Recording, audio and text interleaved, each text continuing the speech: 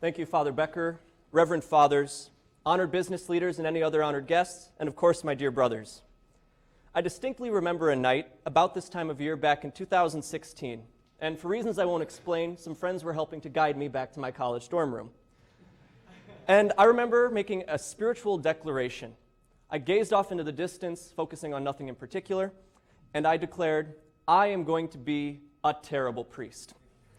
But to better understand what the significance is, we better back up just a bit. I was born into a Catholic family with 2 loving parents and 2 younger sisters whom I very much tolerated. And we went to daily Mass, or we went to Sunday Mass, we went to Holy Day Mass, we went to the Catholic school, grades K through 8, and it was a very fruitful time. However, it also brought with it some challenges. There were very few other boys in my grade through most of middle school. And those of you who know me well, this may surprise you a lot, but I was even less athletic then than I am right now. And because of that, I often found myself alone and isolated. And in that isolation, the seeds of a terrible sin were sown. A sin that I'm sure has likely plagued many in this chapel and maybe still does. I know what you're thinking, self-reliance. And that self-reliance brought me into high school. Now, high school was the first time, it was a public school, and that was the first time I was surrounded by people whose beliefs were different from my own. I still had that Catholic identity. I still went to Mass. I still went to youth group. Still got in the debates about abortion and the Pope and things like that. But something was very spiritually lacking. Jesus Christ was very much someone I talked about, but not someone I ever spoke with myself. And it was that kind of drove me to the robotics team. Now, I really liked robotics. I loved the software development side of it. And we were a very good team. We won many awards at a regional, a national, and even international level. And that, of course, led to a little arrogance on our part. Now, the theme of the team was royalty. And at competitions, nerdy as it sounds, we would dress up in capes and crowns. And apart from just learning about robotics itself, we were taught that we were the lords of our own destiny, that the world was ours as long as we had the gumption to claim it for ourselves. And the motto of our team was Vivere Universum Vivus Vici, which of course translates to, by the power of truth, I, while living, have conquered the universe. That's right, I was flirting with Pelagianism. And that was very, very enticing, and still is, to a group of teenagers who know that the world can be theirs if only they take it. So I went to the University of Wisconsin-Madison to study computer science. However, the real Lord of the universe had other plans for my life. Now, I went to a retreat my freshman semester, the fall semester, and it was there I actually encountered Christ for the first time. Not as some distant God described in scriptures, but the real, living, present Jesus. And after that, I started attending daily Mass as often as I could, morning holy hour as often as I could, and even my freshman year, I contemplated coming to the seminary. But I always found an excuse. It's too late for that. I'm not holy enough for that, and so on and so forth.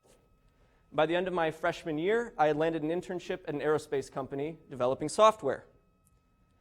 And I loved that internship very, very much. They paid me rather well. The hours were very conducive to spending time with friends, and I thought my life was set. But once again, the real Lord of the universe threw me a curveball. The fall of my sophomore year, on the Feast of St. Matthew, September 21st, again, I felt called to the seminary, and this time no excuse was in sight. The priest's homily was about who the Lord calls. And he said, we are not called because of who we are. We are called because of who we can become with God's grace. And with that, the barriers all fell down. That was the key I was waiting for to finally give in to the Lord's will for my life. So I began to, of course, hatch a plan to sneak around my parents so I could meet the vocations director and get an application, all without them knowing. That, of course, failed miserably. But eventually I got the application and thought I was set. But that's when doubt and despair creeped into my prayer. What if I was making a huge mistake? Well, the Lord worked through that and gave me a very difficult choice. With only 2 weeks left in my fall semester, I got an email from our vocations director, and he asked me if I wanted to come to the seminary the next semester. And that was 2 weeks to decide to pack up my life and start all over again.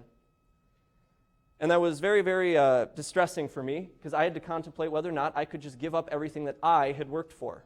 You know, I could go back to that internship if I wanted. I could go back, I had friends, I had the good grades to do well. But the Lord wanted me to give that up. And I reflected on when Christ first called Peter, James, and John as they were fishing. And he didn't say, "Come and follow me after you're done cleaning your nets and selling the fish." He said, "Come and follow me, period." And with that, my decision was made.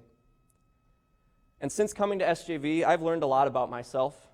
I've been accepted into this fantastic brotherhood of love and support, and am always enthralled with an ever-deepening relationship with Jesus Christ. And from time to time, I reflect back on that cold night in Madison when I made that statement, and I realize now just how right I was. I would be a terrible priest if I tried to do it alone. But getting rid of self-reliance, or trying to, following the Lord's will for my life and not my own, and having Jesus Christ as my brother, my captain, and my king, I know that I'm part of a team that cannot be beat. Praise be Jesus Christ.